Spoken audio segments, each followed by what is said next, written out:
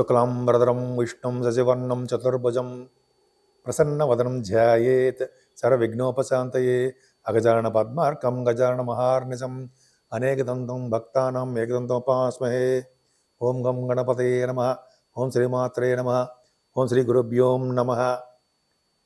మా ఆది ఆస్ట్రాలజీని చూస్తున్నటువంటి మీ అందరికీ, అలాగే విదేశాల్లో కూడా ఉంటూ నన్ను ఎంతగానో ప్రోత్సహిస్తూ, విదేశాల్లో వాళ్ళే కదండి, మీరు కూడా నన్ను ఎంతగానో ప్రోత్సహిస్తూ, అలాగే నా వీడియోలు కూడా చూస్తూ నన్ను ఎంతగానో ప్రోత్సహిస్తున్నారు.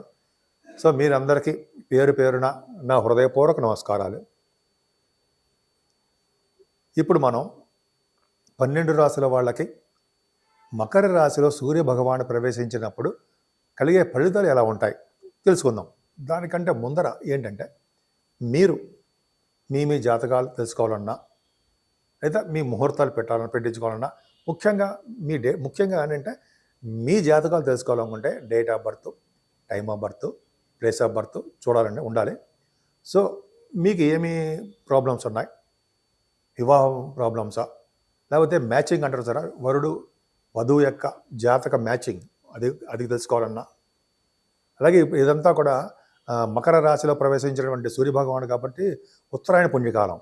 ఈ పుణ్యకాలంలో వివాహ శుభకార్యాలు జరుగుతాయి. వివాహాలు, ఉపనయనాలు, అలాగా గృహప్రవేశాలు, ఇలాగ అన్నీ మంచి మంచి కార్యక్రమాలు జరుగుతుంటాయండి. ఒకవేళ మీరు మా ఆది ఆస్ట్రాలజీ తరపున, నేను మీ వాడ్రే ఆదినారాయణరావు, మీరు నాకు పంపిస్తే మీ డీటెయిల్స్ కానీ ఏమైనా మీకు తెలుసుకోవాలనుకుంటే, అది ముహూర్తాలు కావాలన్నా ఇవన్నీ తెలుసుకోవాలనుకుంటే మీరు నాకు పంపిస్తే నేను తప్పకుండా ముహూర్తాలు పెట్టడం కానీ, మీ జాతకాలు చూడడం కానీ అవన్నీ చూస్తానండి. నాకు 35 సంవత్సరాల అనుభవం ఉంది. నేను కాస్ట్ అకౌంటెంట్ అయినా, CMA చేశాను, అకౌంట్స్ ఆఫీసర్గా గవర్నమెంట్ ఆర్గనైజేషన్ చేశాను. ఆ పక్క పెడితే నాకు కొద్దో గొప్ప దీంట్లో కొద్దిగా అనుభవం ఉంది కాబట్టి మీకు కావాలనుకుంటే, ముహూర్తాలు పెట్టించాలనుకుంటే నాకు ఫోన్ చేయండి.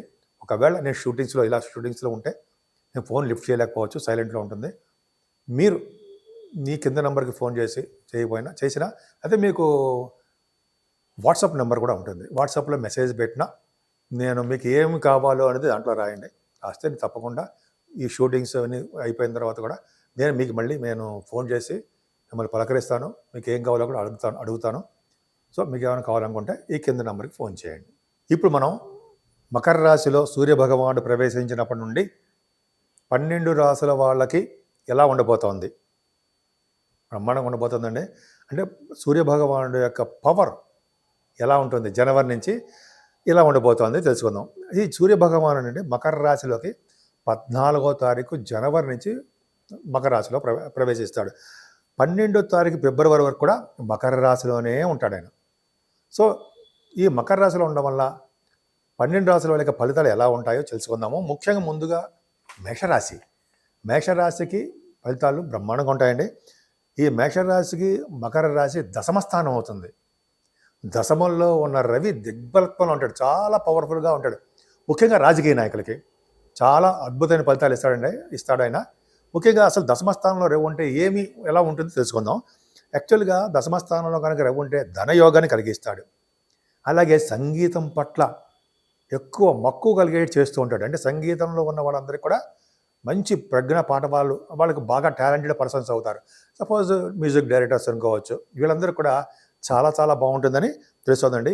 అంటే సంగీతం మీద అభిరుచి కలిగి ఎక్కువగా మీరు దాన్ని సాధన చేయడానికి ఎక్కువ అవకాశం ఉందండి. అంతేకాకుండా దశమంలో గురుడు ఉంటే మంచి కుమారులు మీకుంటారు, లేదా మంచి కుమారులు జన్మిస్తారనమాట. కొందరికైతే ఉద్యోగం చేస్తున్న వాళ్ళకి అధికార పదవులు రావడానికి అవకాశాలు ఎక్కువ ఉన్నాయి. ఈ దశమంలో రవి మాత్రం ఉంటే పదవులు వస్తాయండి. దశమంలో రవికి అద్భుతమైన పదవులు మీరు చేస్తున్న ఉద్యోగంలోనే, గవర్నమెంట్ ప్రొఫెషన్లో మరీనే. సో దశమంలో గురుడు రవి ఉన్నాడంటే ముఖ్యంగా గవర్నమెంట్ ఉద్యోగస్తులకి చాలా బాగుంటుందండి. ముఖ్యంగా ఆడవాళ్ళు కూడా చెప్తాను, గవర్నమెంట్ ఉద్యోగాల కోసం ట్రై చేసేవాళ్ళు, ఇంటర్వ్యూస్కి వెళ్ళేవాళ్ళు కూడా ఈ మకర రాశిలో ఉన్న రవి ఉన్నంత కాలంలో అద్భుతంగా ఉంటుంది. మీరు ట్రై చేయండి, కష్టపడండి, ఉద్యోగాలు వస్తాయి. అలాగే ఆల్రెడీ ఉద్యోగాల్లో ఉంటారు, గవర్నమెంట్ ప్రొఫెషన్లో కానీ ఏ ఉద్యోగంలో ఉన్నా సరే, ముఖ్యంగా గవర్నమెంట్ ఉద్యోగస్తులకి పదవులు రావడము, ఉన్నతమైనటువంటి పదవులు, అలాగే వాళ్ళ యొక్క ధనం అంటారు సార్, ఫైనాన్షియల్ స్టేటస్ అంటాం కదా, అది ఉన్నతంగా పెరగడము జరుగుతుందండి. అంతేకాకుండా రాజకీయ నాయకులు కూడా, రాజకీయ రంగంలో ఉన్న వాళ్ళకు కూడా ఎటువంటి ప్రాబ్లమ్స్ ఉన్నప్పటికీ కూడా వాళ్ళవన్నీ ప్రాబ్లమ్స్ నుంచి బయటపడి పదవులు కూడా వస్తాయండి. వాళ్ళకి పదవులు రావడము, ఉన్నతంగా గౌరవింపబడ్డము, అలాగే ప్రజాదరణ ఎక్కువగా ఉండము జరుగుతుంది. అలాగే దశమ స్థానంలో ఉన్నటువంటి రవి ప్రభావం వలన ముఖ్యంగా ఆరోగ్యవంతులుగా ఉండేది చేస్తాడు ఉంటాయి. రవి మాత్రం మంచి ఆరోగ్యంగా, డైనమిక్గా, స్పీడ్గా, తెలివిగా బ్రహ్మాండంగా ఉండేది చేస్తుంటాడు. బలమైన శరీరాన్ని కూడా ఇస్తూ ఉంటాడు. బహుశా మీరు ఎక్సర్సైజులు, జిమ్ములు చేస్తారని చూడండి, అద్భుతమైన అసలు మంచి శరీర బలం, మంచి బలమైన శరీరము, మేలించాయి అంటారు సరే, అలాగా మంచి పవర్ఫుల్గా ఉండడము, అలాగే మంచి పాండిత్యం. పాండిత్యం అంటే మీకున్నటువంటి అంటారంటే స్టడీస్ అంటాం కదా, మీకున్న విద్యలో కూడా పాండిత్యం అంటే టాలెంటెడ్ పర్సన్స్ అవుతారు. ముఖ్యంగా వేద పండితులకండి, వేద పండితులు కూడా మంచి అద్భుతమైన కాలం. వాళ్ళ వేదాలు చెప్తూ ఉంటే అద్భుతంగా మంచి రాణిస్తూ ఉంటారు. చాలా చాలా పవర్ ఎక్కువ. నిజంగా చాలా గ్రేట్ అండి. వాళ్ళు మేధావులుగా ఉంటారు. మేధావులుగా ఉండడానికి ఎక్కువ అవకాశాలు ఉంటాయి. అలాగే వేద పండితులుగా అనమాట. వేద పండితులకి మేధావులుగా చాలా అద్భుతంగా తెలివిగా వేదాలు వల్లిస్తూ ఉంటారు, బ్రహ్మాండంగా ఉంటారు. వీళ్ళందరూ కూడా మేధావి వర్గానికి చెందిన వారు కదండి. అలాగే వీరు సుప్రసిద్ధులు కూడా అవుతారు. ఎవరైతే దశమ స్థానంలో మీ రవి ఉన్నత కాలము మీకు మేషరాశి వాళ్ళకి సుప్రసిద్ధులు అంటే మంచి నేమ్ అండ్ ఫేమ్ గలవాళ్ళు అవుతారని శాస్త్రం చెప్తోంది. ముఖ్యంగా దృఢమైన శరీరము, దృఢగాత్రం కూడా ఈ సూర్యభగవానుడు ఇస్తాడంలో ఏమాత్రం సందేహం లేదు. ముఖ్యంగా ఈ మేషరాశి వాళ్ళకి ఈ సంవత్సరంలో జనవరి నుంచి, ఇంకా చెప్పాను కదండి, జనవరి 1 తారీఖు నుంచి అంటే ఉత్తరాయణ పుణ్యకాలము అంటాం కదా, ఆ రోజు ఉత్తరాయణ పుణ్యకాలము స్టార్ట్ అవుతుంది అనమాట. ఈ రోజు నుంచే సూర్యభగవానుడు మకర రాశిలో ప్రవేశించడాన్ని ఉత్తరాయణ పుణ్యకాలము అంటాం. ఉత్తరాయణం స్టార్ట్ అయిపోతుంది అనమాట సూర్యభగవానుడు.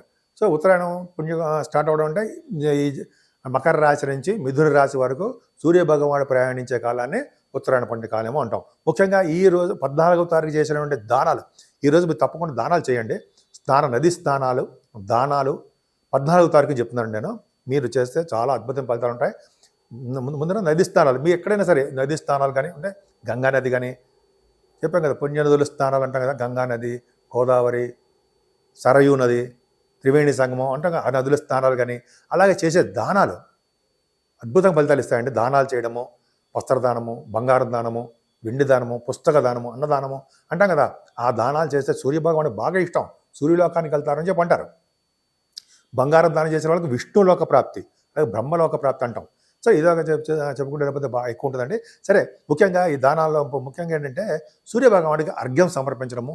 దశగాయత్రి అని అంటే ఓం భూర్భువస్వహ అంటాం కదండి, తత్సవితవరేణ్యం, అవి మీకు తెలుసు. అది 108 సార్లు చేసిన, దశ అంటే 10 సార్లు చేసినా కూడా అంటే మనం అర్ఘ్యం ఇస్తూ నది స్నానం చేసేటప్పుడు సూర్యభగవాను ఎదుర్కొని చేయడం వలన అత్యంత పుణ్యప్రదం. 14వ తారీఖునే ఈ పుణ్యకాలం అంటాం, ఉత్తరాయణ పుణ్యకాలము అంటాం. సో ఈ రోజు చేసే ఏ చిన్న పని అయినా సరే అద్భుతమైన ఫలితాలు కలిగిస్తాయి. ముఖ్యంగా మీ మేషరాశికి సూర్యభగవానుడు మీ మేషరాశిలోనే వచ్చే స్థితిలో ఉంటాడు కదండి. అంటే సూర్యభగవానుడు మంచి చేస్తాడు కదా మీకు. సో దశమస్థానంలో ఉన్నాడు కాబట్టి అన్ని రంగంలోనూ మీరు సక్సెస్ అవుతారు.